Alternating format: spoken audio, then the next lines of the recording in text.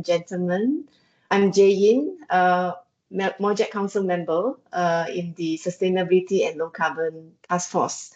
And together with me is also Amran, who is also hosting this webinar.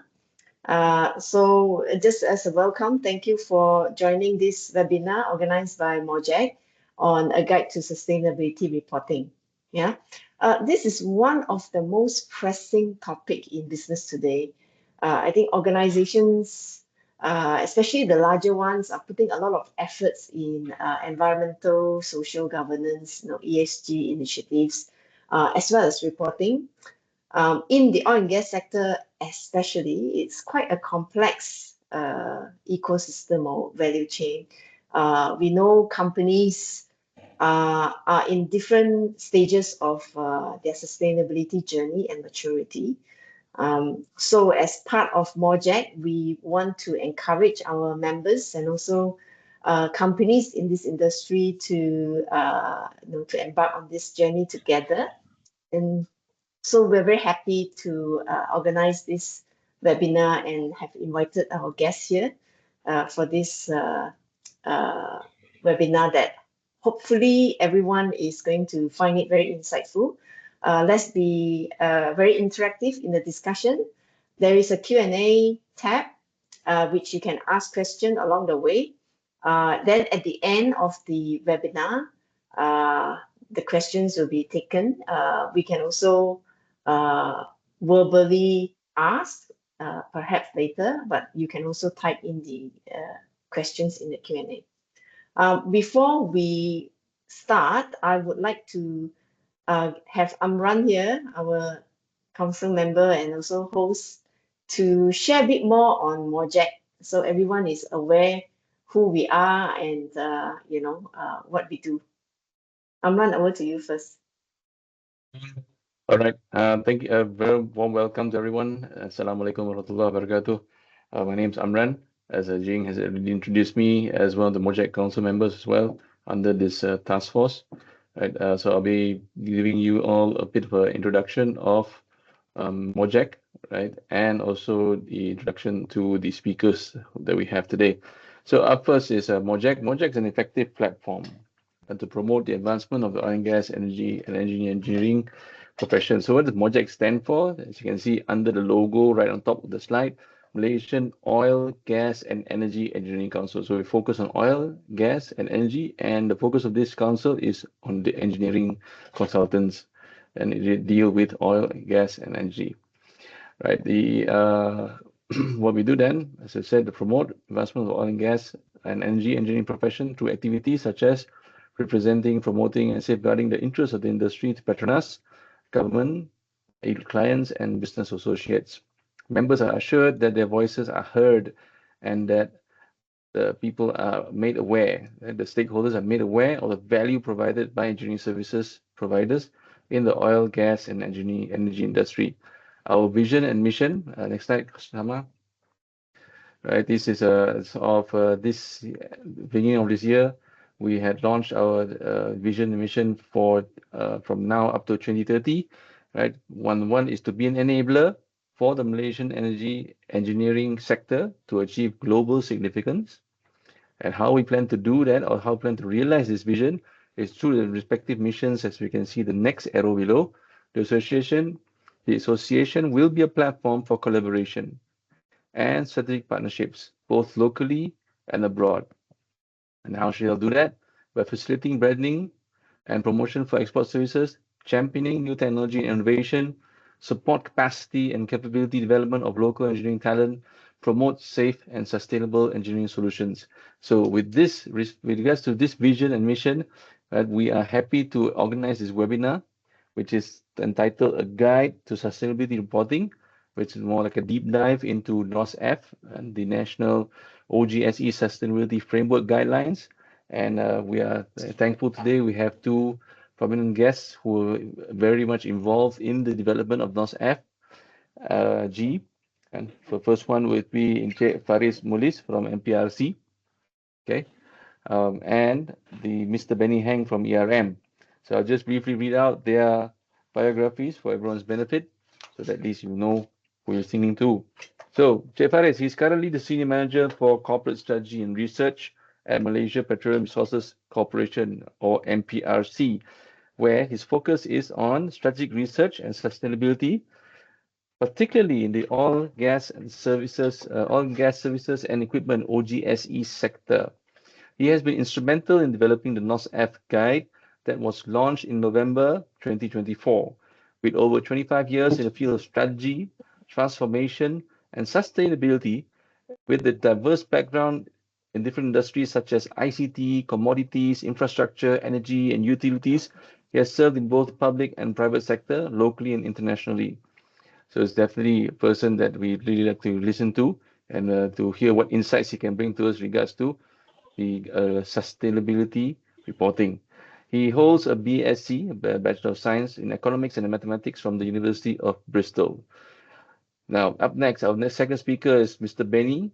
Benny is a consultant in the Corporate Sustainability and Climate Change team, CSCCT, with ERM. Bless you. With ERM based in Kuala Lumpur, Malaysia. Benny is experienced in ESG strategy advisory, sustainability reporting, materiality assessments, stakeholder engagements, performance benchmarking, gap assessments, road development, and climate risk assessment. Because his biography stops at that, I don't know whether I should say etc. because it's like the whole works of anything to do with reporting is inside there. So better listen to him.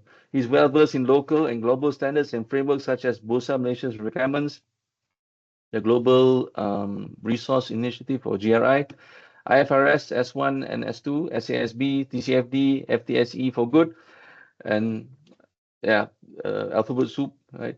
He played an instrumental role in the development of the National OGSE Sustainability Roadmap, NOS-R, and Framework Guide, NOS-F.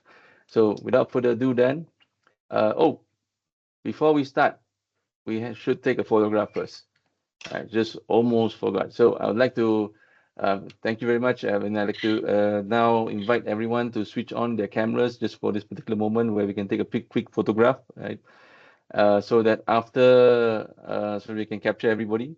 Right? And then after we've done the photograph, we can then move on to the next. We can then I can pass it then to Cik Faris and Benny then. So for those of you who can switch on the cameras, please do. Right. Yes. And I'll leave it to Kasma. Yes. Everyone, can you switch on your camera just for a while?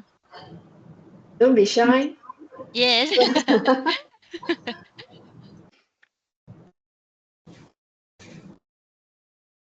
Okay. Everyone.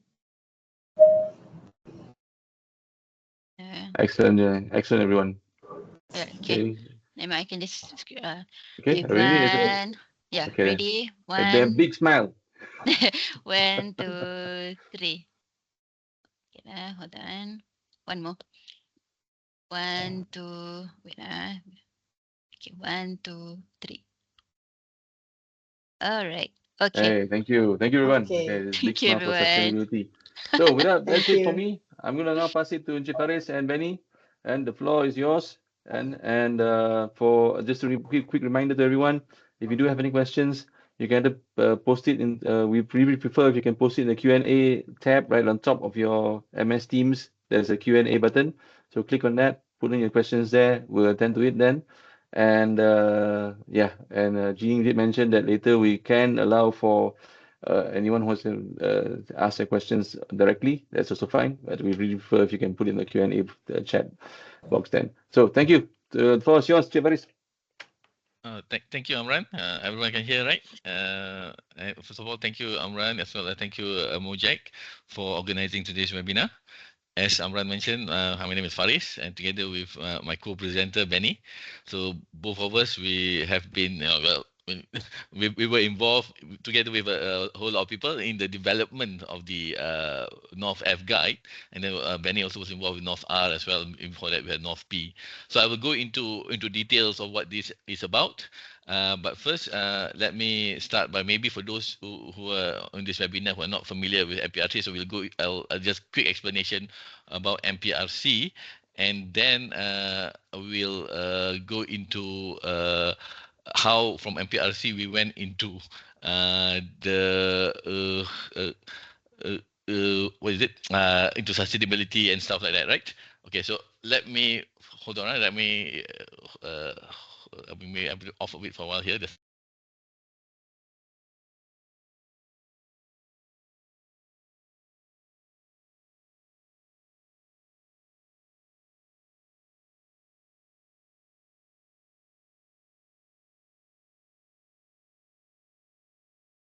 Okay, sorry. Okay, back. Sorry about that. Okay, so to start off with, can you see it's not moving? Okay, so MPRC, we are an agency. We under the Ministry of Economy. Currently, we should be by come next month about 14 years old. We started in 2011, and you can also see there is also a subsidiary which is JPDC, so the uh, Johor Petroleum Development Corporation, which are pretty much involved with the development of Pengerang Integrated Petroleum Complex back in Johor. So that's the setup as far as MPRC is concerned. So within that, so we cover both the upstream, the whole value chain of the oil and gas, upstream, midstream, and downstream. And where you see MPRC, most of our emphasis is on the OG, what we call the OGSE industry. All right. So MPRC as a body, so what we do is pretty much about giving advisory, giving as a promoter on the OGSE as well as a facilitator between the government and the OGSE industry, right? So that's in a nutshell. But when we say OGSE, so this is what we meant. So in some places they call it the oil field services industry. So below the operators, between the contractors, the subcontractors, as well as the specialist consultant, that's the OGSE ecosystem that we look after. And the numbers you see on the right, that's the latest numbers that we have. We recently launched our OGSE 100 numbers 2023. So these are the 2023 numbers in terms of the number of OGSE companies that there is out there with a revenue in 2023 of about 84 billion, current asset of about 116 billion. And out of that, 81% of it are SMEs. All right, so that's where we're looking at, and number of jobs 123,000. Okay, so these are the latest numbers. You can get it from the latest and from our website where you can download the OGSE 100 document. Now, it's not moving again. Okay, where at the MPRC as a how we go about is that what we use is the National OGSE Industry Blueprint 2021-2030. So this is the document in this, that in a nutshell identifies all of the activities that we do. I won't go into the detail of it, but as you can see, if you can download it from the MPRC website, sustainability is one of the 4 strategic thrusts for the OGSE industry to achieve its vision of a robust, resilient, and globally competitive Malaysian OGSE sector, which contributes to the Sustainable Development National Priority. So that requirement, when this blueprint was created in 2021, these are we identify initiatives, we identify enablers that are needed to achieve this goal for the OGSE industry. But if you look at the enablers, there are a lot of them are enablers for the competitive side, for the development side, and the resilient sides. But on the sustainability part, that part was still open to how are we going to achieve that, to achieve the desired vision. So what do we do when it comes to sustainability is that we look at the various policies, both national, international.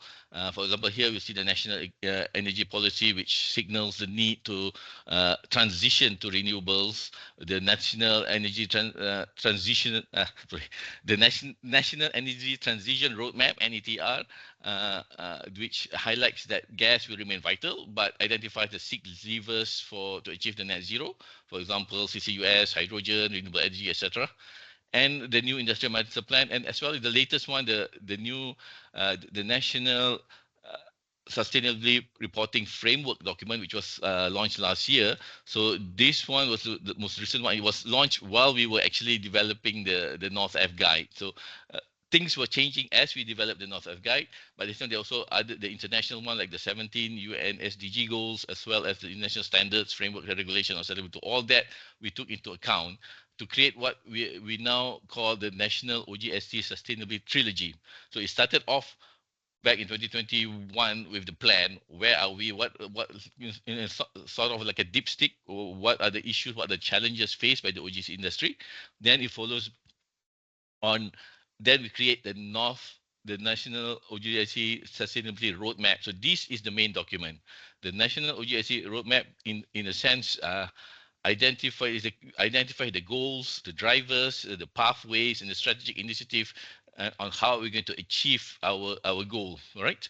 So I'll touch quick in a bit more detail on the North R, sorry, before we go into the North F guide. So this slide is in a nutshell is the National OGSC Sustainability Roadmap.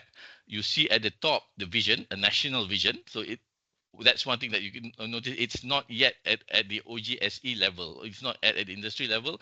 It's a national level. So that's one of the problem when we were doing this, which is we don't have the numbers to track.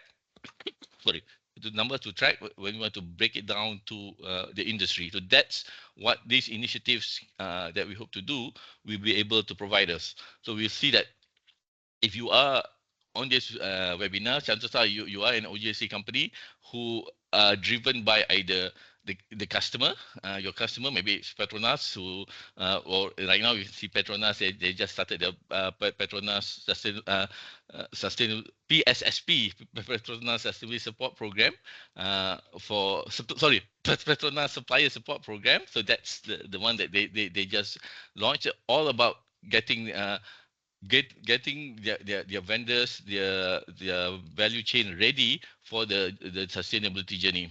So and then at the same time, you may be waiting for anticipating that there will be future regulatory. So right now, there is sustainability reporting is not yet being made a rule, but you can see from the NSRF that they have started with the big companies. So the bigger companies, the four at least the 2 billion ringgit market cap companies, as well as the PLCs, are now there is a timeline of when they need to start doing their ESG reporting.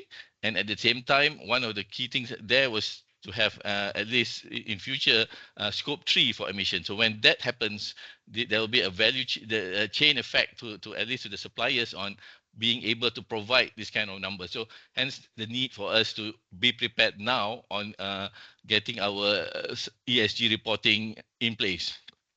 As you know, most of you know, most of the banks, the financial are already doing it.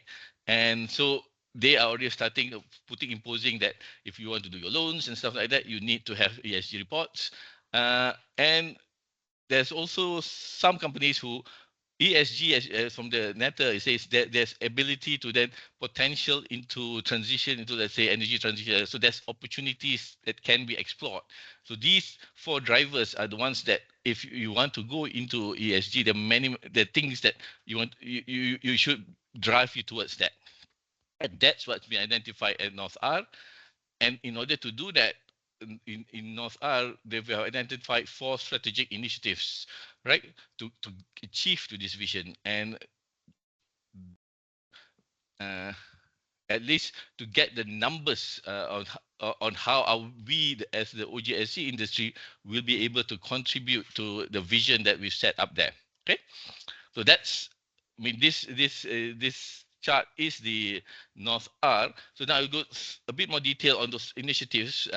So you see that the 4 strategic initiatives, the first one is accelerating low carbon. So it's about getting the OGSC industry giving out what's the current emission rate when it comes to GHG. So here, in order for us to be able to do this, we need to identify what's the current emission. So hence back to, we need the GHG emission number. So you see at the bottom that these are our targets in terms of if we can get more and more companies to start the reporting journey, then we will be able to get these numbers.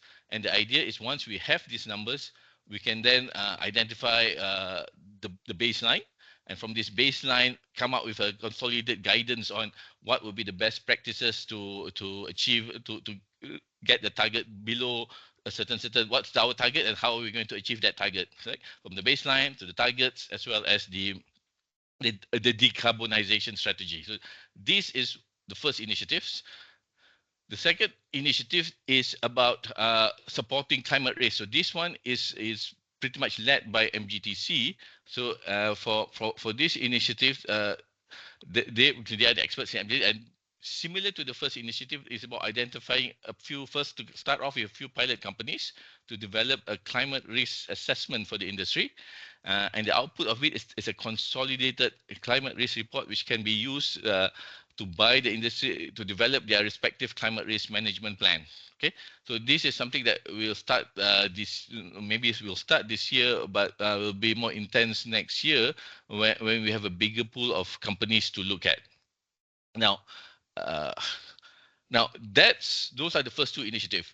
Then we have the 3 and 4, which is strengthening sustainability practices and fostering talent pool. So you can see that from the first two the first two steps, one thing is common is there is a need for an ESG report as the tool to monitor, etc. Thus, the third and the fourth initiative is important to encourage OGSC companies to start their sustainability journey with ESG reporting as the main tool. Okay, but as Amran mentioned, that now you say an ESG reporting is an alphabet soup. So that when we were doing the North P, this was the challenge, that it is an alphabet soup of various frameworks, various standards and regulations. Which one do we choose? Bursas for the PLC, or SEDG for the SMEs, or IESG for the manufacturers? Then there is the international ones like GRI, ISSB, IFRS, TFSSB, etc., etc. So these alphabet soup is the challenge, especially if you're an SME. Which one do you choose? How do you choose? And that becomes the challenge. So North R, when we were developing the North R, we do not want to create another alphabet. We do not want to create another standard or framework. So the approach is to identify first of all, a more simplified framework that makes reference to the key local and international frameworks out there, and to create a guide. So that the keyword here is the guide for the OGSC companies, especially for the SMEs who may not be able to afford consultants and to help them navigate the alphabet soup, and to identify how they can go about and start doing this. So the idea is, by following the guide, okay, so if companies, especially the SMEs who follow the guide, it is enough for them to get them started. And later, if they become more mature and they want to follow any of the more established frameworks and standard, the transition is not dramatic, right? So because with the use of this guide, and it follows links to the frameworks and the standards that's out there. So later on you decide to do GRI or to follow those kind of standards, it wouldn't be a dramatic change that you need to do to your internal process. Hence, it's a simplified framework in North R. So what is this simplified framework?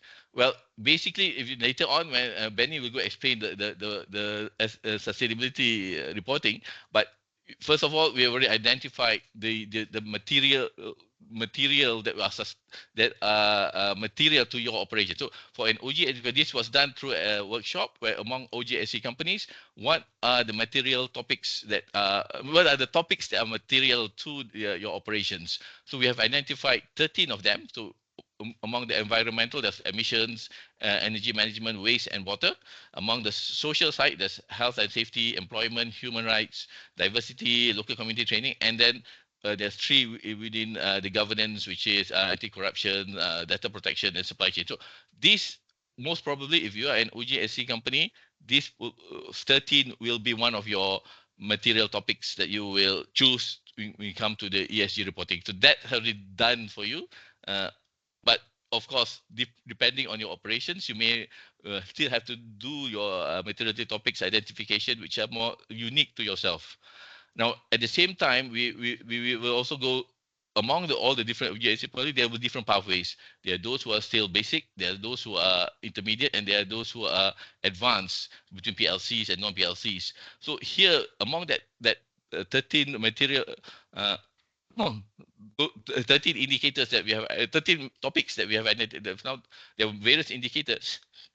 So we have then further identify that, okay, for example, if you are an SME who is just starting, then there's only 15 indicators that you need to report on. So you do need to report on all 53 indicators, but just 15. So as a basic company, there's only 7 in environment, 7 in social, and 1 in governance. So that is what this is that simplified framework that we set up for company, OGIC company, that you want to do is this. You just pick these ones up and get it ready. So based on this is where we will then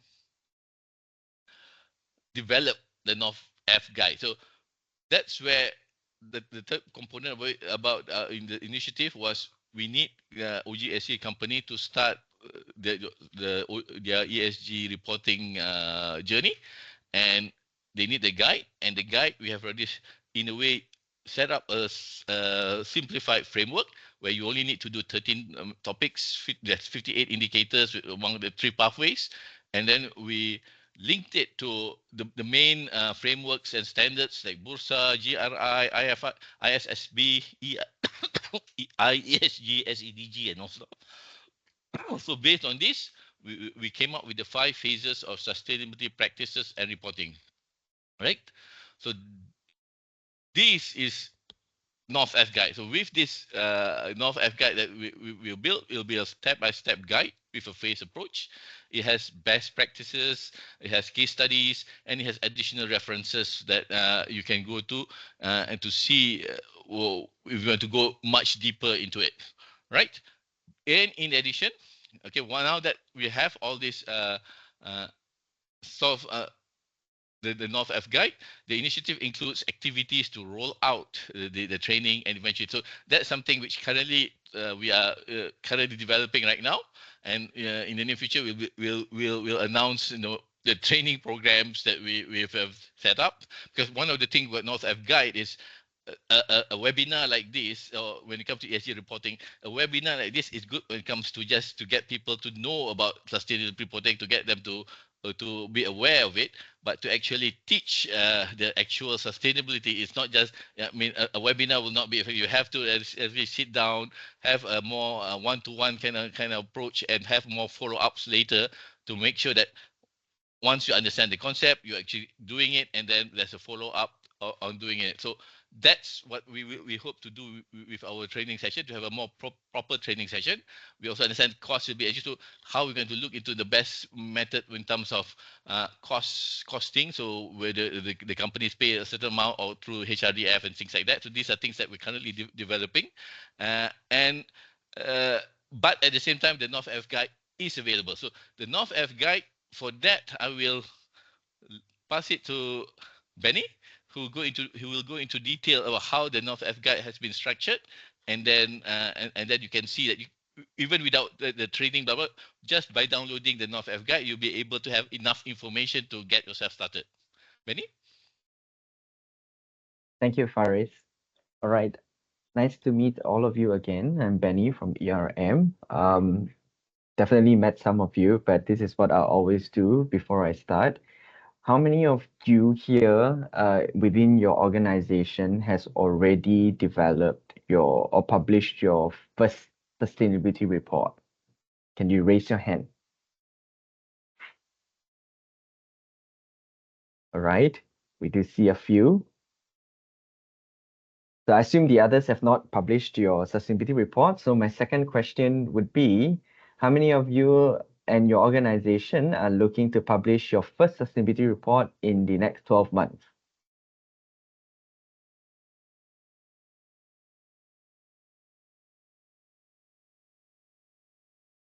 Okay, so I guess a group of the participants here today are still thinking whether they need this sustainability report or not. Well, that's fine. Well, if you're considering how to begin on your sustainability reporting journey, this is where we will help you to understand the first steps that you could take as an OGSC company here with the resources that MPRC has already put together, can support you in beginning and kickstarting your sustainability reporting journey. So let me just share my screen, and you would see that the NORCEF guide was really developed to help the OGSC companies to understand how they can implement sustainability reporting. And in fact, in the NORCEF guide itself, you would also see some of the reasons or benefits of why OGSC companies in Malaysia specifically should embark on their sustainability reporting journey. And when we talk about sustainability reporting journey, we are not only looking at reporting as per se, but we are also looking at integrating sustainability into your company operations. Because your report is basically a snapshot of what you have done in the past 12 months, at least, or even expands to the years that precedes it, that you have done in terms of your initiatives regarding sustainability related topics. And that could be things like your decarbonization journey, maybe for some more advanced companies, they may have already looked into climate risk assessment. But others that are more common for companies here would be things like data related to your employee well-being, health and safety, definitely a big topic in the OGSE sector. And so these are things that you already have in place. Sustainability reporting is about capturing the right data and indicators, putting them into the report, and showcasing it to your stakeholders that you have already meet some of their expectations, and how do you expect your company to continue in improving in those sustainability related areas that are of concern to your stakeholders. So NORCEF guide also includes a part in it that talks about what are some of the key benefits or reason as to why sustainability reporting should be adopted by companies in Malaysia and across the OGSC sector as well. And in the NORCEF guide, there are actually different pathways that are being set for OGSC companies to understand where they are now and where do they wish to go in the next 3 to 5 years perhaps, and how or what actions they should take in order to begin with their sustainability reporting journey. And it provides you with step-by-step guidance for disclosure, for reporting, as well as integrating some very important sustainability-related processes and procedures within your organization. So apart from the NORCEF guide, you would also see, as mentioned by Faris earlier, MPRC looking into multiple avenues to support OGSC companies in beginning with their sustainability reporting journey. We do understand, we acknowledge the difficulty some companies are facing, where you may not be able to start because of lack of resources, lack of capacity, lack of capability. But MPRC is definitely looking into the ways, including the NORCEF guide itself, including the projects that were mentioned under NORCR. Hopefully, it comes to fruition, and it would definitely help the OGSC companies in progressing further in their sustainability journey. And perhaps there will be award and recognition as well as early adopter programs for the workshops in the future. So before we go into the nitty-gritty details of what the NORCEF guide actually entails, we would really want to put a disclaimer here today that we will not be going through the entire NORCEF guide in this session. That would take us days to cover the entire thing, and I don't think you want me to talk about it that detail now. But we are happy to take in any of the questions that you have regarding the NORCEF guide, as well as anything related to the sustainability landscape and reporting landscape. Just feel free to drop your questions in the Q&A section, and we will attend to them at the end of this session today. And definitely, if you need access to the NORCEF guide itself, we will drop the link here in the chat box later, and you can head there, download, and have a read for yourself. There are a lot more references, a lot more case studies that you can see in the NORCEF guide. But today, our purpose is really to walk you through what is the NORCEF guide, how do you use it, what is the purpose of it, and how it could potentially help you in kickstarting your sustainability reporting journey. So when we said the non-SAF guide was developed with the OGSC sector in mind, we were really looking at even smaller subset of the OGSC sector, because we understand within the OGSC sector, there are many different subsectors. There are many different companies in terms of their size, in terms of their maturity when it comes to sustainability, as well as their ambition level when it comes to sustainability.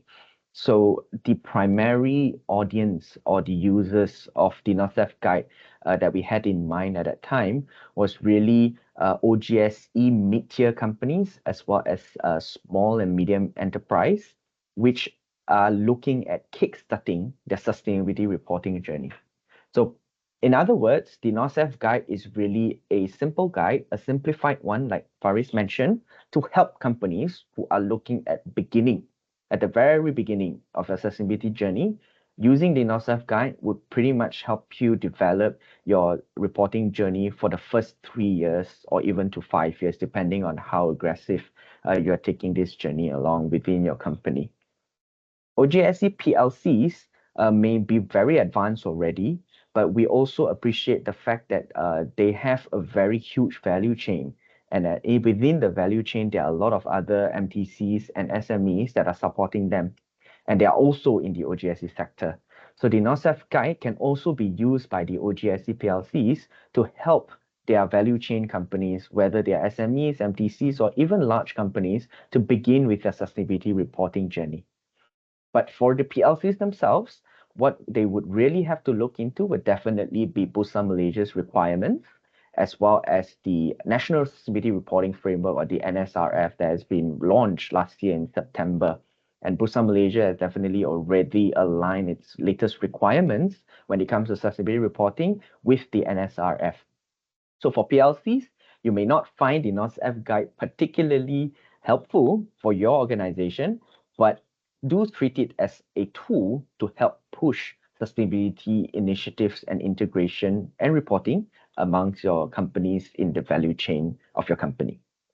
Secondary users that can also use the NorthSAF guide will cover any other companies, investors, and financial institutions that have dealings with OGSC sector, whereby they can look into the 13 material topics as well as the 50 plus indicators that we have listed in the NorthSAF guide to identify and embed it within their supplier due diligence. That way, they already have some sort of understanding in terms of what topics and indicators that are really, really material to the OGSC companies. And for those companies to work with OGSC companies, they can then consider how these OGSC companies are performing in accordance to these indicators and how they can evaluate them as green or more sustainable than other competitors within their supply. And of course, any other non-OGSC companies are also welcome to use the NorthSAF guide, as the sustainability reporting journey is fairly similar for all companies that are starting in their sustainability reporting journey, except that it may not be applicable when it comes to the topics and the indicators, because those are specifically selected to reflect the materiality of the OGSC sector. So what does the NorthSAF guide reference when it comes to all of the alphabet soup of sustainability reporting standards and framework? So in the NorthSAF guide, we have referenced the requirements coming from Bursa Malaysia, coming from SEDG, the Simplified ESG Disclosure Guide developed by SC as well as CM Square, the capital markets. We have looked into IESG framework developed by MITI, Global Reporting Initiative Standards, one of the most widely recognized and used sustainability reporting standard globally. We also look at the predecessor of IFRS S2, which is Task Force on Climate-Related Financial Disclosure, TCFD. Of course, the latest one will be on IFRS S1, looking at sustainability-related financial information, as well as S2, climate-related disclosures. And the usage of IFRS S1 and S2 would also require the reference and the adoption of indicators that are prescribed under Sustainability Accounting Standards Board, SASB. And lastly, when it comes to GHG-related matters, the NOSEF guide has also referenced the GHG protocol. That is pretty much the authority when it comes to GHG related reporting matters. So when we say reference, it doesn't mean that by fulfilling all of the requirements of the NOSEF guide, you are aligned with any of these standards or framework. We're merely saying that if you have followed the instructions and the step-by-step guidance of NOSEF guide, you are on your way there to align yourself fully in the future, perhaps, with some of these standards that are listed here. So by using the NOSEF guide, you are beginning with the right step. And once your company matures in its sustainability reporting and integration journey in the next 2 or 3 years, you can then consider which are some of the more important standards that you would like to align yourself with. And definitely there are some other frameworks that you could consider, including principles coming from UNGC, UNDP, as well as UN SDGs that you may want to align your company's reporting with as well. But at the local level in Malaysia, we definitely see the use of IFRS S1, S2 as being the most prominent one, given that the NSRF has already mandated the full alignment of it for public listed companies, as well as large non-public listed companies by end of the decade. Aside from that's being mandated, we definitely see GRI as well as GHG protocol as the other most commonly adopted standards and frameworks here locally. So to help companies understand where they should be or what standards and reports or even which pathway they should take that is listed in the NOSEF guide, we have already developed a sort of statement to help you identify where you are when it comes to your company's pathway for sustainability reporting. So for the PLCs and the non-PLCs, you have your own pathway. And by reading the statement and finding which bucket looks more similar with your current state understanding of your business and your sustainability journey and maturity, you can then determine which pathway you should follow. So for example, if you're a non-PLC, you're an SME, you have already started your reporting for the last year, and you are starting to align yourself with more and more requirements from other standards. You're starting to get more expectations coming from your stakeholders. Perhaps you are somewhere at the intermediate level. But if you have already been reporting for very long in the last 3 years, you are already looking at perhaps even sustainable financing or transition financing, and advanced might be the right pathway for you. So these are some of the guidelines that will help companies identify where they are in terms of their sustainability journey and which pathway they should take. So in the NOSEF guide, we're really building upon what we call the 5 phases of sustainability reporting that was identified back in the NOSR. And in the NOSR, we see, as we've mentioned, reporting is not just reporting alone. In order to get yourself to the final stage of reporting, you have to first begin with some other steps. And at the high level, you definitely have to establish your sustainability governance, who will be in charge, who will be responsible for sustainability and climate-related matters within the company, who will look into the risk management procedures, who will have the final say of reviewing the disclosures and reports before it is publicized for the public consumption. And after establishing sustainability governance, you would then have to conduct your maturity assessment. With maturity assessment conducted, you would then identify the key material topics that are relevant to your business. So what the NOSEF guide does is we already looked into 13 topics and 50 plus indicators that are relevant to the OGSC companies. You can take those topics and indicators into your maturity assessment and also look into other material topics and indicators that may be potentially relevant and material to your business, as the OGSC sector is actually very broad.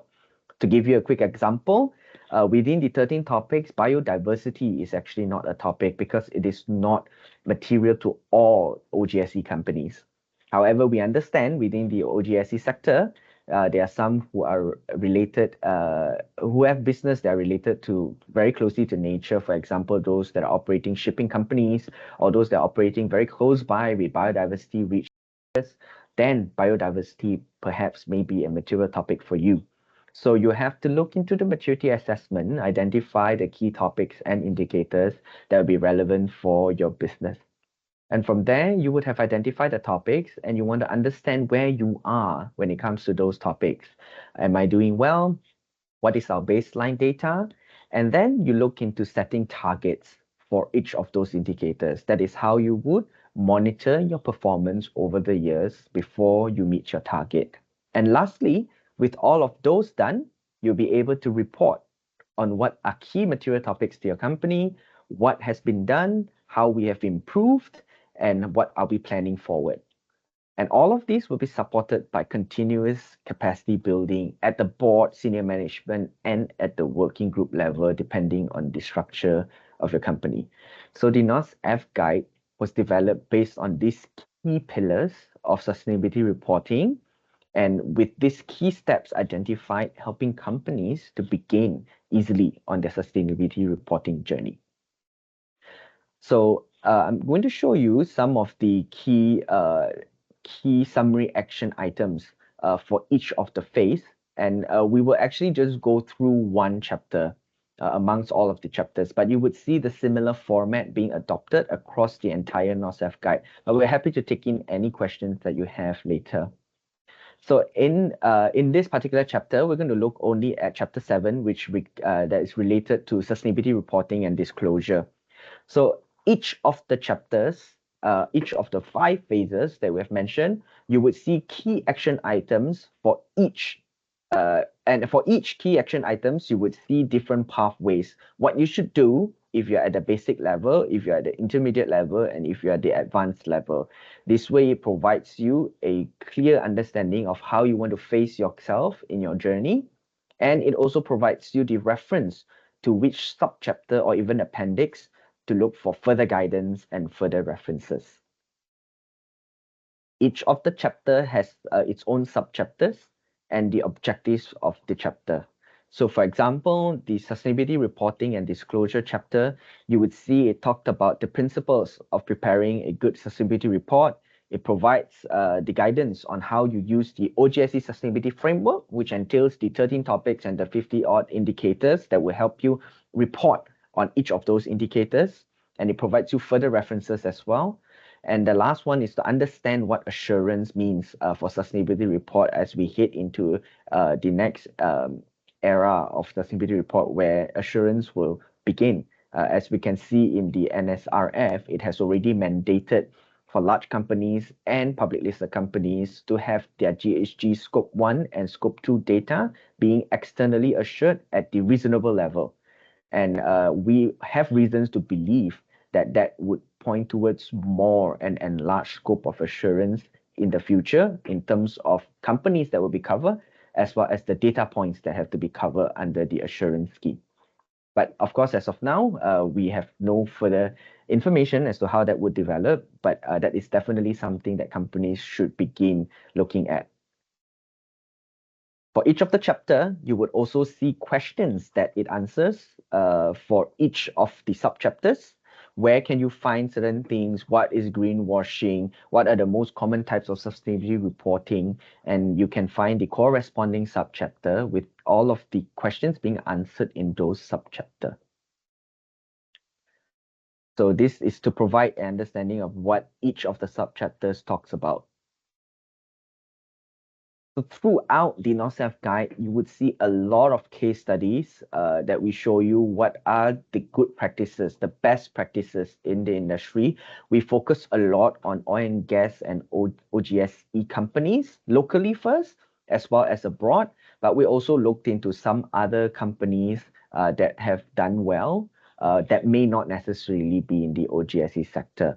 So you would see all of it, the case studies providing you pointers as to what is good about it, what can be done, and it provides you the source to bring you to the original document that we have sourced the case study for your further reference, because we can't show everything that is done well, but we show you what is done well, and you can have a better read at what is best practices of those companies in their own sustainability report. So in the OGSE sustainability framework, as we've mentioned, we looked at 13 topics. as well as the indicators for each of those topics. We have also mapped it out for non-PLCs and PLCs. What indicators will be considered basic, what's intermediate, what's advanced, how would you like to pace yourself? And that is all within the OGSC sustainability framework. So this just give you a sense of how it looks like for emissions, for employment, as well as for supply chain management. And for all of these indicators, you can refer to Appendix B of the NORCEF guide that provides the full guidance for each of these indicators. So what does that look like? For example, topic 1, emissions. We have indicator A and B here, total scope 1 emissions as well as total scope 2 emissions. We provide the guidance on what it is.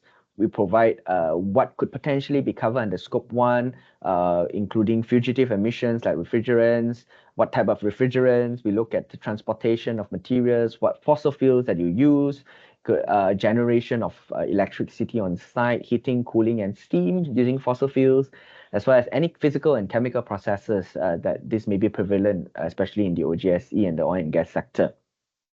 So from there, you would see other indicators as well. For example, total employee turnover by employee category. You would see guidance on what kind of employees should be considered and what is the job placement services, what are the assistance on transitioning to non-working life. These are some of the things that you can talk about under this particular indicator. And where necessary, the formulas are also provided, as well as further alignment with which standards, frameworks, and also references that companies can look into. So in this case, for this particular indicator, companies can actually go to GRI 401-1, or they can look at BUSA C6C or SEDG S2.2 to identify further references, further guidance from those particular standards. And the other one would be on supply chain management. So when we talk about proportion of spending on local suppliers, we're talking about how much of the currency amount, okay, total amount of spending that are spent on all suppliers, but how much of it is spent on local suppliers. Basically, how much of those money are retained within the economy here in Malaysia. So when we are talking about sustainability, we are not just looking at environmental, we're not just looking at social, we're also looking at governance processes. And in this case, as you are spending locally, you are contributing to the sustainability, economic sustainability of the country. And that is also a key indicator that some companies would like to look at when it comes to evaluating the sustainability performance of a company.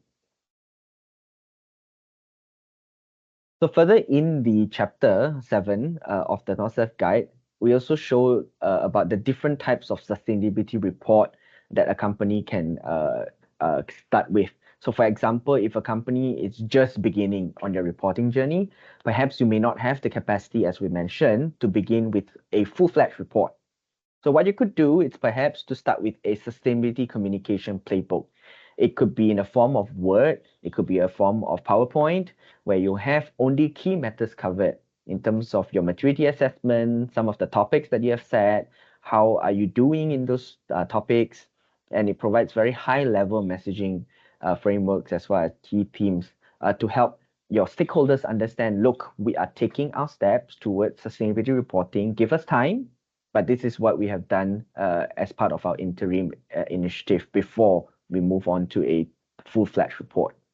So we have also provided some case studies as how other companies have done in their sustainability communication playbook, what is good about them and what can be adopted by your company.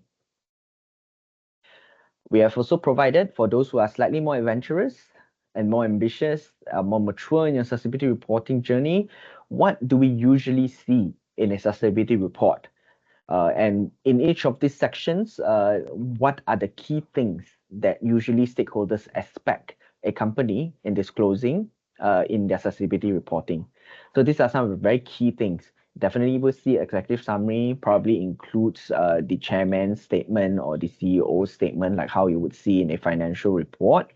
You would see introduction to the report itself, boundaries of the report, What is the company about? What is your vision, mission, strategy for sustainability? What are the standards and frameworks that you have referenced? So for example, if you would have referenced the NOSF guide, you would also want to include here and say, we have referenced the NOSF guide in the development of our sustainability report. So aside from providing you the skeleton that perhaps your company could adopt for your sustainability report, we also included some samples of good sustainability reports. Of course, most of these reports are from PLCs, but this is, this is understandable because in Malaysia, most of the reporting companies are still public listed companies. And that is definitely companies that have done better or well in their journey. For OGSE, MTCs and SMEs, you shouldn't be intimidated. That we are not suggesting for you to be like the PLCs coming out with 200 pages worth of sustainability report, but you look at what are good practices, how they disclose certain indicators that your companies are ready to disclose, and how you could potentially do well in aligning yourself to the expectations of some of these companies, because some of these companies could also be within your supply chain, or they could be your clients who would potentially request for informations that are relevant to their sustainability journey and your sustainability journey. And lastly, in this chapter, we also looked into the different types of assurance. Internal auditing or internal assurance, these are pretty much just conducted internally by your internal auditors. We're looking at perhaps, how reliable our sources are, how credible they are there effective controls to govern the data accuracy before you publish it. But of course, we are also looking at external assurance in the future. As we just mentioned earlier, the NSRF now dictates that PLCs, as well as large companies that have annual revenue of 2 billion and above, would now be subjected to reasonable assurance for GHG Scope 1 and Scope 2 data. The scope of assurance may increase in the future, and it is very important that companies look into the auditability and the documentation or traceability of your data when it comes to sustainability reported data. To sidetrack a little, we have to understand that the sustainability reporting landscape is increasingly taken seriously as per the financial reporting landscape. It means, what it really means is sustainability report in the future will be treated with the same level of rigor and it's given the same amount of attention as per financial statement reporting previously. So it is very important for companies to be prepared for what the market would expect companies to disclose regarding their sustainability related performance. Yeah, so that is definitely one of the reasons that companies within the OGSE sector, or as a matter of fact, all SMEs and MTCs in Malaysia should begin on their sustainability reporting journey. We understand that in the last 3 years to 5 years, it may have been an added value when a company at the SME or the MTC level produces its own sustainability report. Today, it is increasingly convincing that sustainability report will soon turn into a license to operate situation, whereby companies must have their sustainability report, or at the very least, have sufficient sustainability related data to be submitted for their clients and for their suppliers to evaluate whether they want to continue their business relationship, business dealings with you. And one very key strong point we can see from here would be Petronas pushing for its PSSP program. That is an indication of how the global as well as the local businesses are moving towards when we talk about sustainability reporting in the future. We also provide some typical assurance process to help you understand what it means when it comes to the assuring the different data that could be within your sustainability report. This is really to help companies understand that whatever you report, you must make sure that it is verifiable and it is true and it is fair representation of what is the real performance of your company in those topics and indicators that you have find being material to your business. So that's the end of what we'd like to share with you on what the North-South Guide covers. Of course, within the North-South Guide, there are many other chapters. We cover things like we have mentioned earlier on sustainability reporting. Aside from that, we also look at how to set up your governance, how to conduct your maturity assessment, all of those with very clear step-by-step guidance covering the 5 key areas: target setting, performance monitoring, all the way to reporting. So it'd be very important for companies to look into the North-South Guide and understand further what you can do. I'll paste the link to the North-South Guide shortly in the chat, but I'll pass the time back to Amran Pat. Thank you very much, Benny and Faris, for the presentation. We've got a question from Ananda Pragasha Nair. She's asking, what is best reference or guideline for PLC to refer on determining their most relevant topic indicators?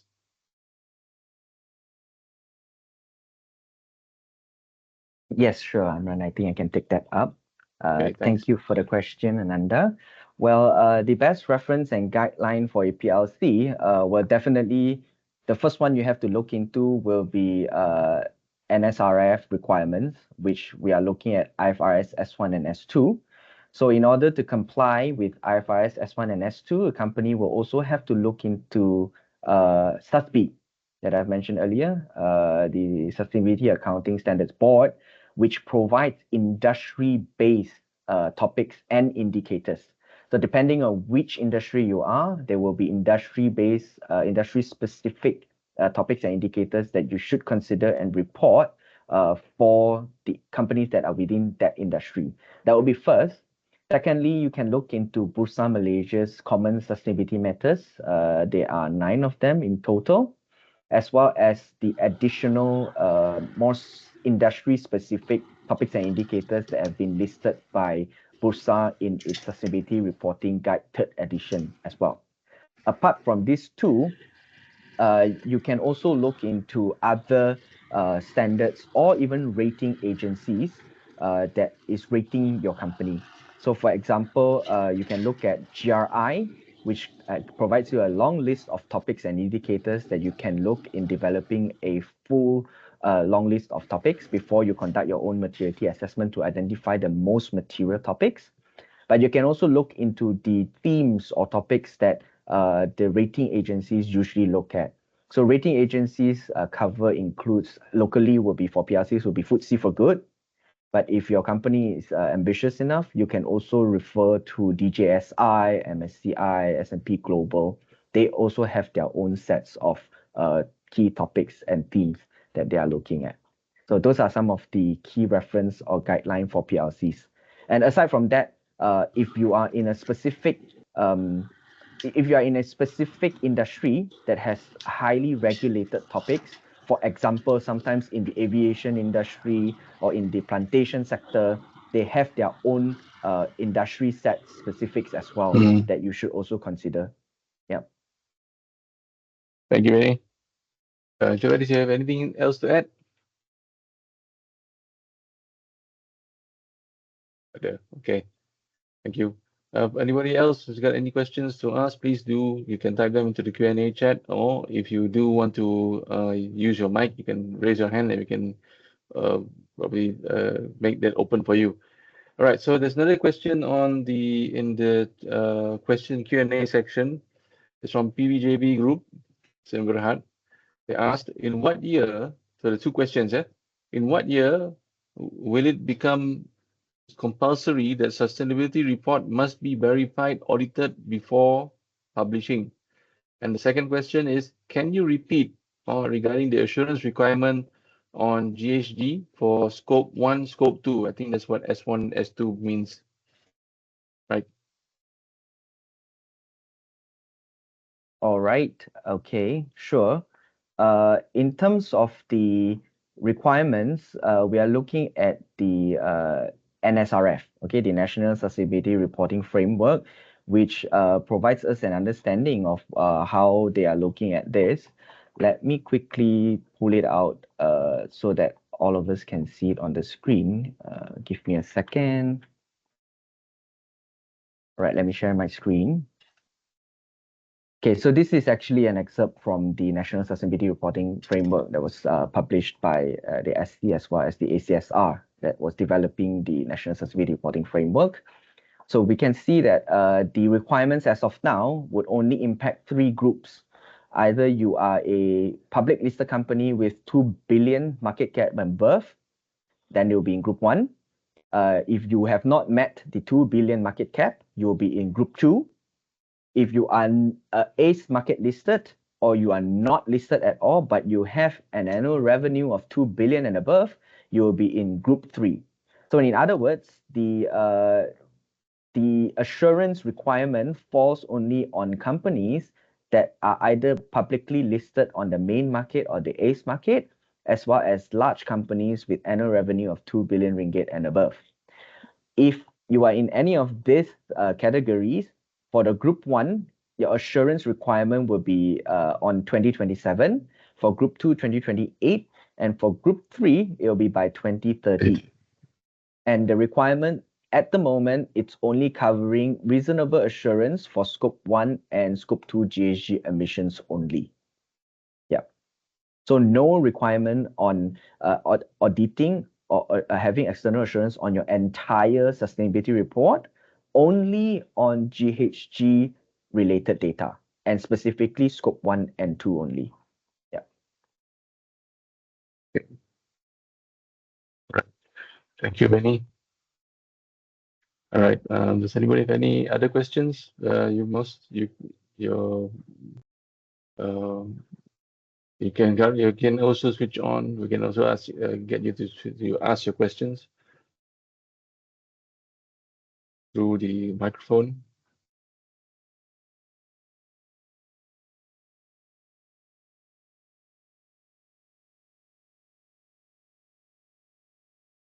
Oh yeah, maybe I can ask a question. Will there be like workshops or like any clinics regards to how people can understand the document or how the like okay, we're having this webinar now, but will there be like a workshop like where people can go through a process of the trying out how to develop a sustainability report? Because I mean the document's nice, it's good to read through, but not everybody wants to go, or not everybody has the time to go through the report or the guideline. Yeah, Faris, not sure can't hear you. Not sure what happened. Hello? Okay, can you hear? Ah, All right. Sorry. So for us right now, we are in the process of developing the training module. So that's the next step. We'll be announcing it later. But yes, there will be this year workshops being planned on. It'll be more, specific to getting people to build their ESG reports based on the North F guide. okay. But the Thanks. deadline right now, I can't say because we're still in developing it right now. So yes, but it's being planned. Okay, sure. Okay. Thank you. Thank you. So everybody, please stay tuned, right, for this to come out. Yeah. Okay. Yes, I have a follow-up questions on the North F. Yes. We have talked about the guide, right? Does the guide comes with like tools or templates that allow us to, just use it readily made format? Or is this just a book by itself that everyone will have to digest? Any supplementary tools that MPRC will provide? Right. Yeah, the guide does. I mean, when you can download the guide as well as there is, for example, when it comes to the process, the step by step, there's the process about identifying, for example, your materiality topics. So we provide a downloadable Excel, a simple Excel sheet, which you can then use to develop, identify your materiality topics as well as to then start filling in. It's similar to SEDG, a similar kind of Excel thing that you can just key in the numbers in. So that's something that came downloadable together with the guide. Okay. Thanks. Okay. Thanks. Okay. Any questions from the participants? You can unmute your mic and ask as well.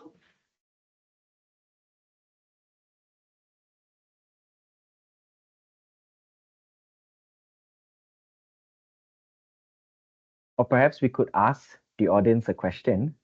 And If you have one, go ahead. yeah, my question would really be, what are the key challenges when it comes to sustainability reporting for you? Because just now at the beginning, when I was asking the question, have you started? Well, a couple of companies say yes. Are you looking at starting? Yes, a couple of companies as well.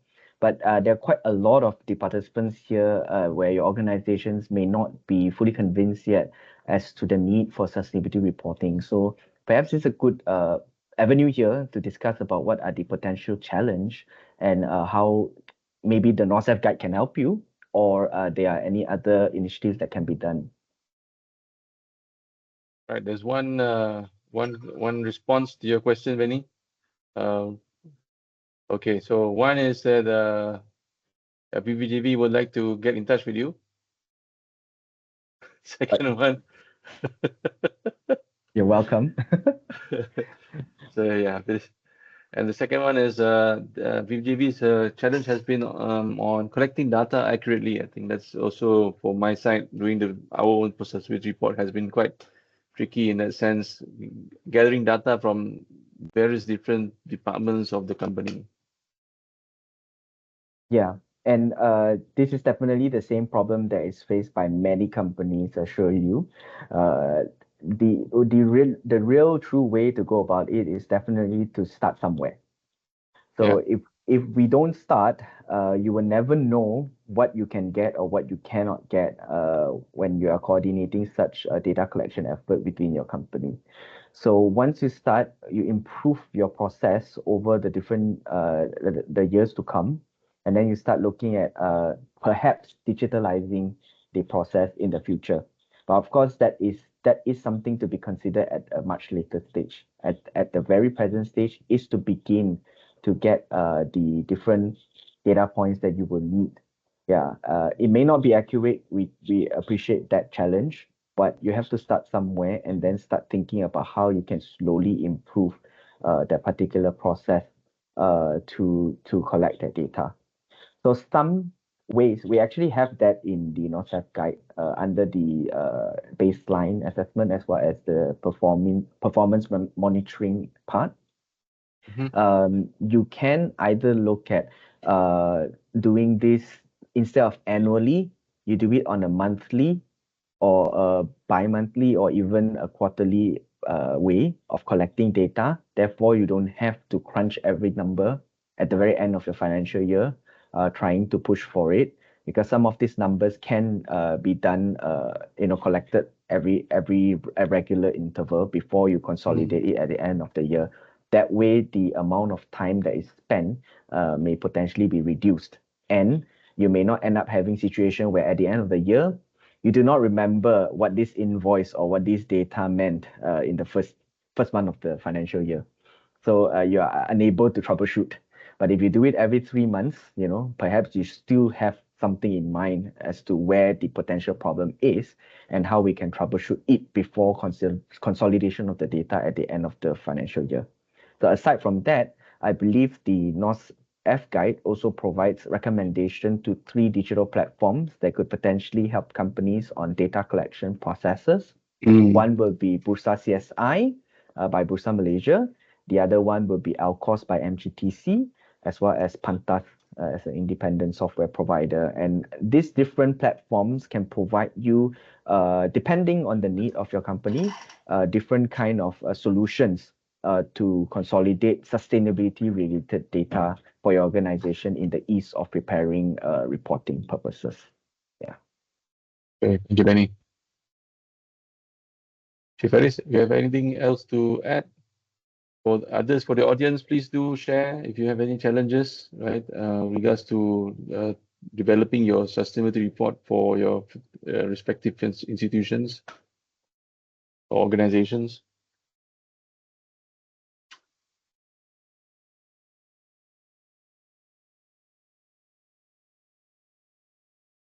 Yeah, but for me, I'll agree with what Benny said, like that.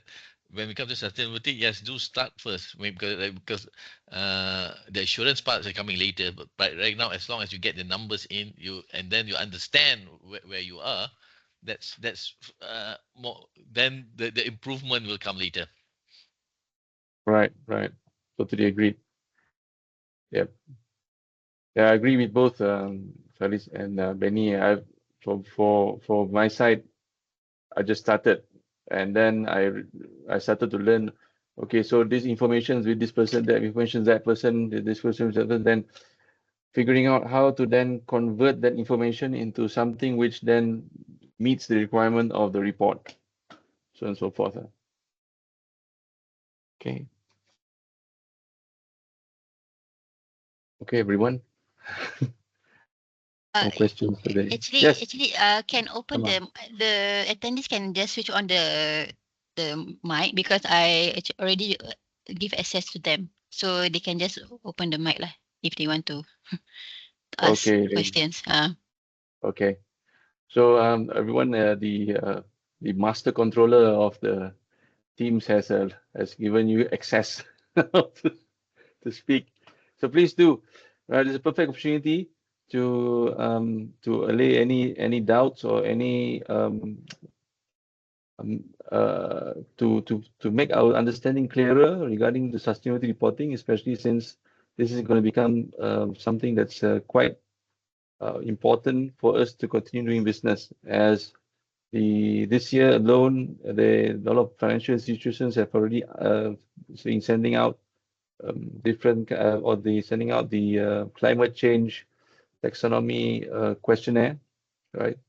As well as probably some of you have already been involved in answering materiality assessments from vendors, from clients, and so on and so forth. So it's a perfect opportunity to see this and on how to use the national OGSE framework guideline. I do have a question though, Faris. Does MPRC have hard copies of this document? Yes, we do. So if you want, we also have that. So I mean, we can deal with MOGEC to give you some copies if you require them. Okay, thank you very much. It would be nice to have a hard copy of this actually.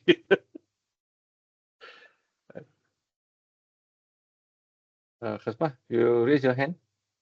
Sorry, tekan, sorry. Okay, no worries. Yeah. Okay, I have a question, sure. Benny, or Go even ahead, Faris, Edmund. right? So basically, how do we actually attract investors from a clearer or reporting transparently to in our report? Yeah, are we able to attract investors to help the company to grow by reporting transparent? Because I think what we wanted to do here, right, is that we can report out and what is it in for me as a company, right? And will such effort, such initiative or reporting to disclose all our sustainability efforts, would that actually attract investors to the organization or to help the organization to transform? Maybe that is something that is playing around in my mind. Perhaps you can share some lights around that. Yes, thanks, Edmund, for the question. Yes, that's definitely something that is worth considering when companies are developing their sustainability report. As I've mentioned, as part of the NOS-F guide, there's actually a particular section at the beginning, as well as a very lengthy section in the NOS-R document, actually, that would have provide companies as to why you should look into sustainability reporting.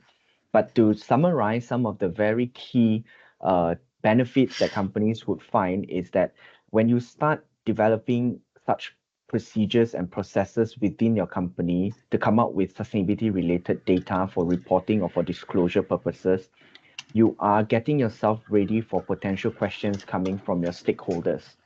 And of course, amongst your stakeholders, that could include your client, your suppliers, your investors, your financial institutions, your financiers, that they are requiring more information to make an informed investment decision they're making an informed decision on whether they want to continue their business transaction with you as a company.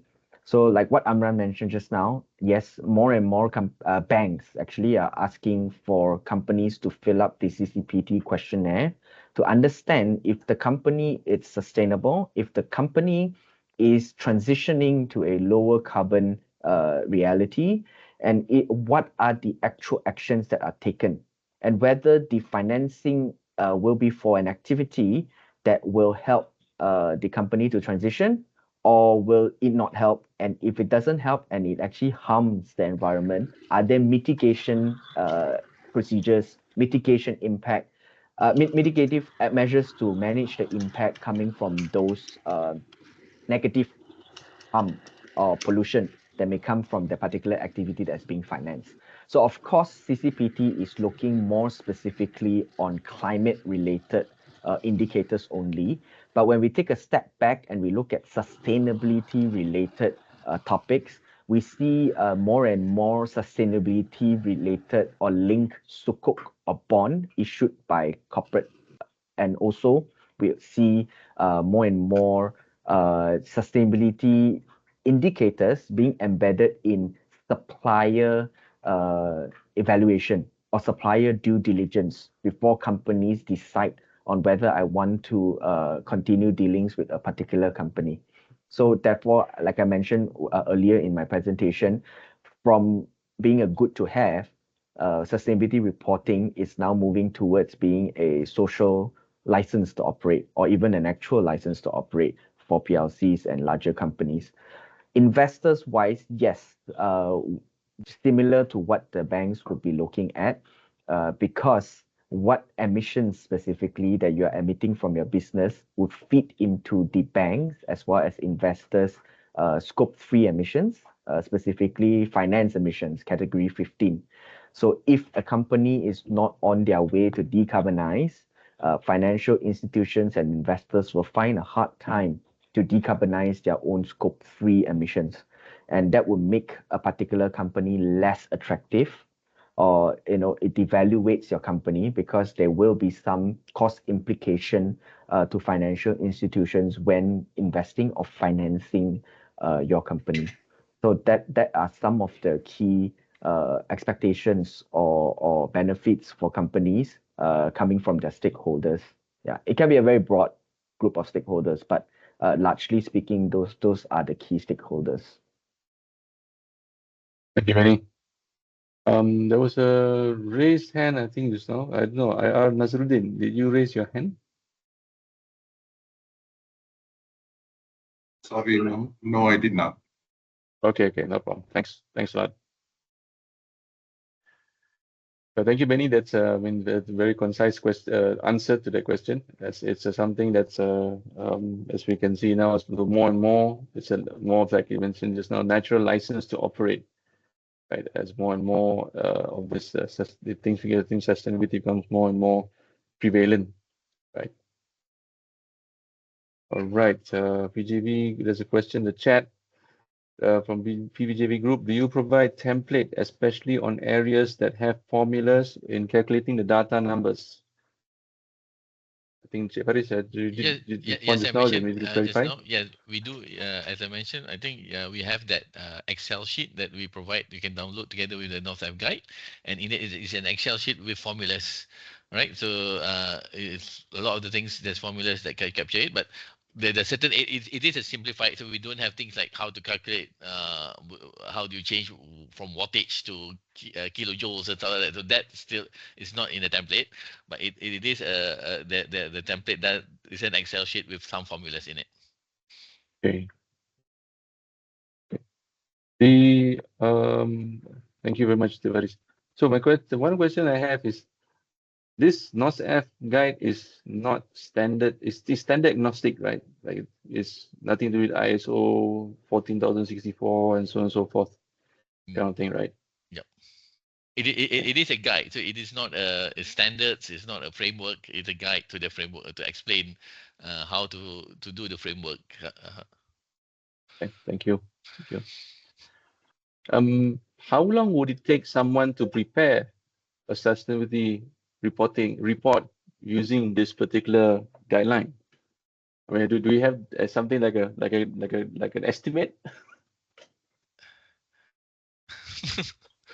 So far, okay, that's the thing. I mean, we're coming out with the training course at the moment. We anticipate. I mean, right now it's still being planned, but the idea that we are having in mind is something like we have a course that start off, let's say, in month one, and then from that it will give you the basics, maybe 1 or 2 days kind of course.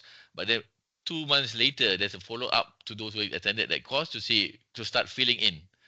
Oh, So it's like you don't get all in one shot. You're more like you learn the basics first and then get the data in, and then 2 months later we'll say, are you ready to start filling in, and make sure you fill in the numbers. So I within, let's say, after see. 2 months, then there's a follow up to see within at least 4 months some numbers are in, and we already have a basic report out. That's the Okay. idea. That's the theory that we hope to do. And also from talking to people out there who have done this report, they said within 4 months, most people are start 4 to 6 months, they'll be able to do their sustainability report. Okay. Thanks.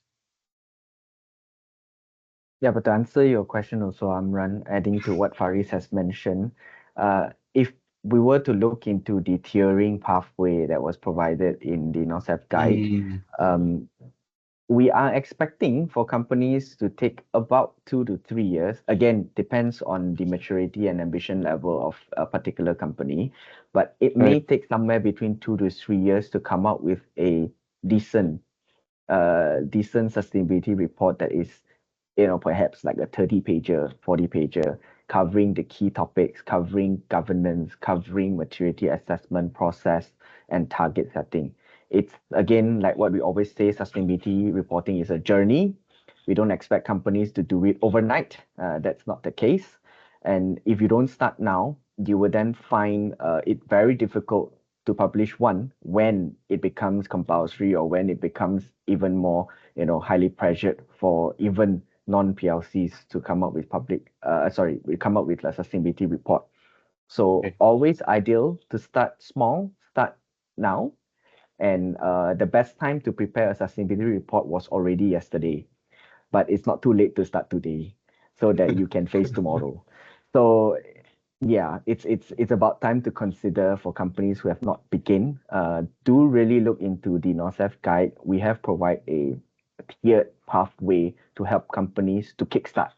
And hopefully by the end of a 3-year journey, you'll be there to produce a first sustainability report that at least meets the minimum expectations of stakeholders by year 3. Yeah.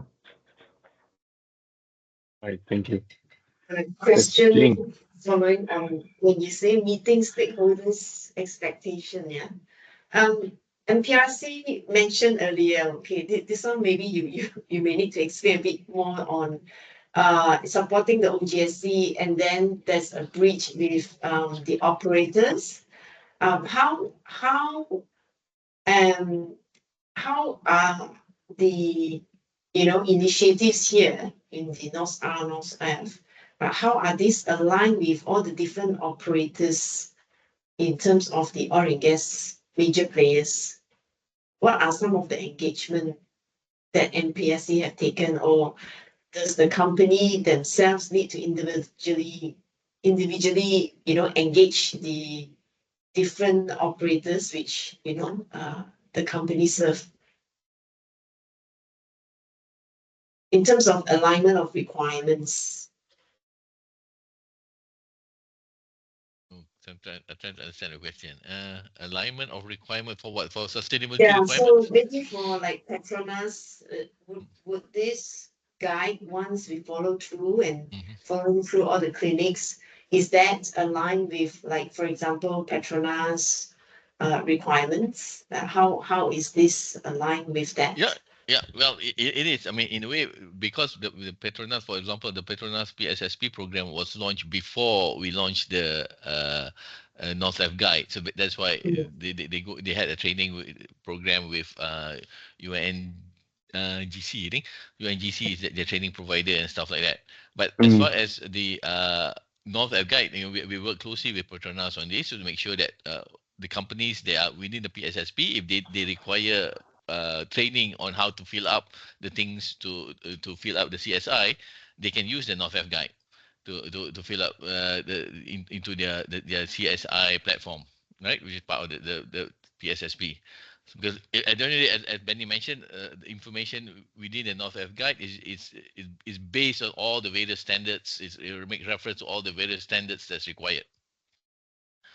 Okay, so there shouldn't be any things that we have here which is different from what the big operators have in terms to when it comes to requirement for sustainability reporting. Right. That's good to know. Okay, that's good voting actually. Okay, thank you, Richard. Okay, not sure. Shishari, do you have something to ask? Maybe. Not sure what the chat here is. Anyway, moving on. If anybody has any questions to ask, please do go ahead. You can unmute yourselves and go ahead and ask your questions. What we do have up to this point is that we know that moving ahead, we have to go on. We have to come up with a sustainability report, right? It would, because it's something that's going to be a requirement. But even before the requirement, at least it's better to prepare before that comes, especially since the information that we need to gather can seem daunting at first, especially if we don't know where to get this. Some of the information sometimes may be actually PNC, right? So how to get that and how to get clearance from the respective authority, or not authority, authorizations from within your respective companies to get that kind of information to be disclosed, right, in the sustainability report. Right, so that's one, and I kind of like Benny's saying just now is you had to start yesterday, but it's okay to start today to prepare for tomorrow or something like that. That's kind of cool. There's that nice slogan in there. That's okay. Right. So yeah, that's where some of the things, the key points that if I can gather from this presentation as well.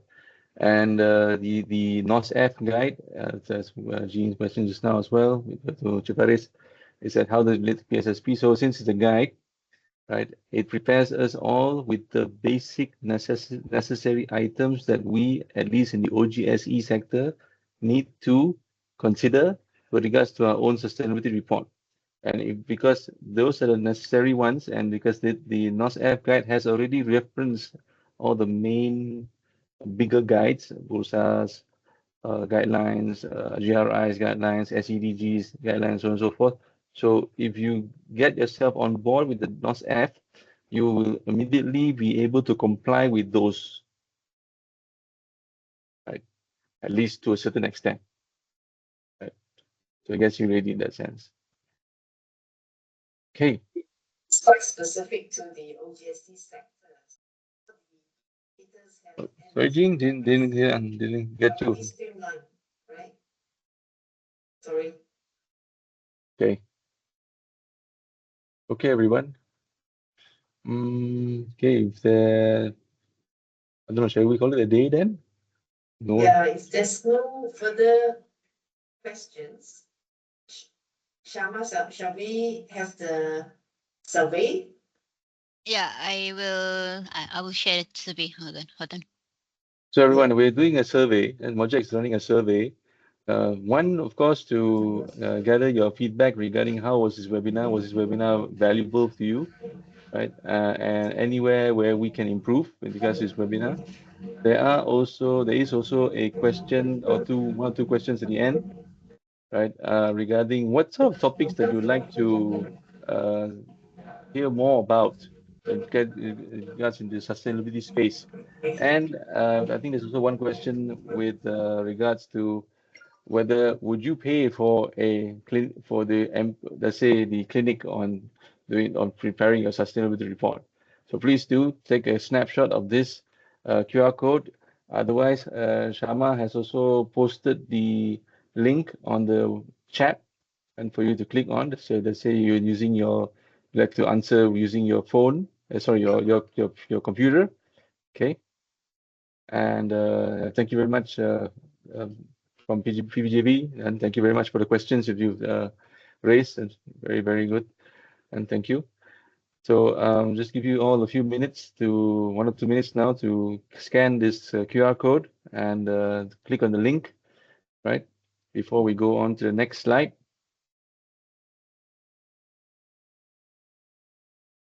We do appreciate your feedback, and your contacts in the feedback can also allow us to send the slide pack that you request for this Yeah. presentation.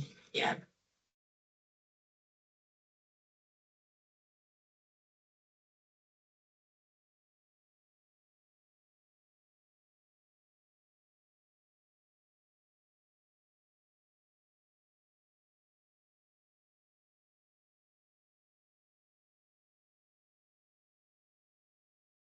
Okay, maybe you can move on to the next one then. For anyone who missed the QR code, you can always look into the chat. There is the link to the feedback form, right? And if your feedback would definitely be much appreciated for us to improve on our webinars and for future, because at the end of the day, we are serving you guys in the industry, right? And that's what part of our mission and vision.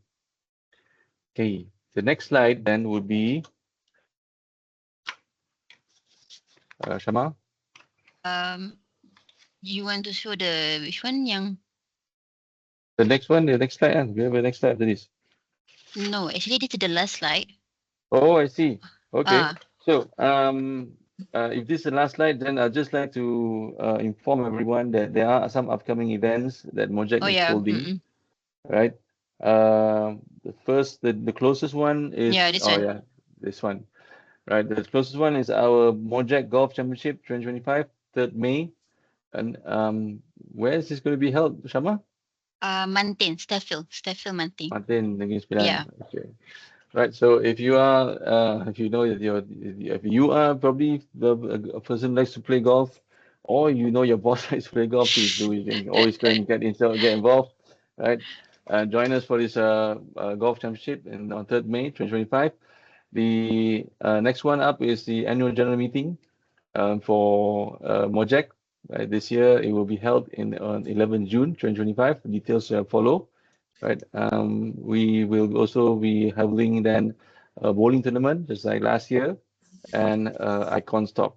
Okay, icon stops where we get hold of prominent people in the industry for them to share with us some of their insights of their experiences, either project or their experiences in management and so forth. The last one that we had was with Tan Sri Wanzul, right? And he was sharing with all of us regarding what are his, I think it was 9 points or 9 characteristics of what makes a high performance team, right? So it's perfect opportunity to network and to learn about something, right? And yeah, these are the kind of activities that we have then upcoming, right? Shama, any more slides after this? But we have this link lah, yeah, social our Yes. WhatsApp group. This is what WhatsApp group. And then this is Linktree. You can connect our Instagram, Facebook, LinkedIn, and YouTube lah. Excellent. Yeah. So with this link tree, can someone connect to us through WhatsApp, the update WhatsApp group, or? No. One thing I don't know why I cannot put the WhatsApp group in the Linktree. Yeah, I don't know why. I Okay. tried. Otherwise, ladies and gentlemen, you can connect to us still with this, and then after that, if you need, if you can share, if you want to connect to us with through the WhatsApp group, if you didn't catch the this one. QR code earlier, right? Then you can always get hold of us, and we'll especially Shama, you can get hold of Shama through the emails and so forth, and she can hook you up then. Thank you very much. Okay. So thank you very much, everyone, for your attendance at this session. Thank you to Faris, to Benny, and for your insightful presentations, right? And for giving us all at least a glimpse of how to go through the NOS-F guide, right? At least doesn't look so daunting anymore, right? Like looking at the mountain to scale it up, right? So now at least we can go into it and see that, oh, okay, it's nice. It's actually been designed in such a way that there's a philosophy behind it, right? And then so forth to move to then approach the sustainability reporting by itself then. And so I wish you all for all those who are attending, I wish you all a successful journey with regards to your sustainability reporting for respective organizations. Right. It's coming to the end of Ramadan as well, so it's also probably a nice moment to actually wish everybody Selamat Hari Raya and Mazir Batin. Have a good holiday, right? Be safe, stay safe, drive safe, right? And if you do have any comments regarding this session today, please do put them into the feedback form. And the feedback form, the little QR code is not here. The link is there available in the chat. Yeah, that's about what I have to share with you all. Thank you very much and have a good evening. Thank Jean, you. if you have anything to share, please go ahead.